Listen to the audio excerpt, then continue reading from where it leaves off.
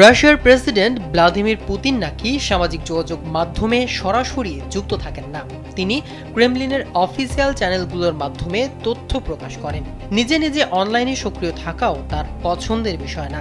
এর আগেও বহুবার তিনি নিজেই জানিয়েছিলেন এটি তার স্বাভাবিক অভ্যাসের মধ্যে নেই। ক্রেমলিনের কর্মীরা নিয়মিতভাবে পুতিনকে অনলাইন ট্রেন্ড, সামাজিক যোগাযোগ মাধ্যমের প্রবণতা এবং জনমতের পরিবর্তন সম্পর্কে অবহিত করেন।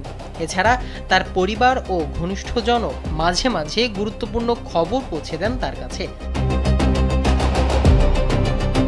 2017 সালে পুতিন প্রকাশ করেছিলেন ব্যস্ত সময়সূচির কারণে ইন্টারনেটে সময় কাটানোর সুযোগ নেই তার। অবসরে তিনি শরীরচর্চা, সঙ্গীত ও বন্ধুদের সঙ্গে সময় কাটান, যা তার মানসিক স্বস্তির জন্য গুরুত্বপূর্ণ। পুতিন মোবাইল ফোন ও ব্যক্তিগত সামাজিক যোগাযোগ মাধ্যম এড়িয়ে চলার জন্য পরিচিত। সমর্থকদের মতে এটি তার নিরাপত্তার একটি গুরুত্বপূর্ণ ব্যবস্থা।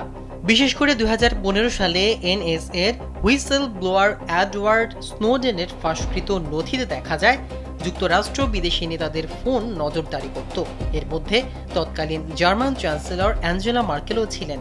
এই ঘটনার পর পুতিনের মোবাইল ব্যবহারে সতর্কতা আরও বেড়েছে এবং ব্যক্তিগত নিরাপত্তার কারণে তিনি অনলাইন যোগাযোগের ক্ষেত্রে খুবই সংযমী।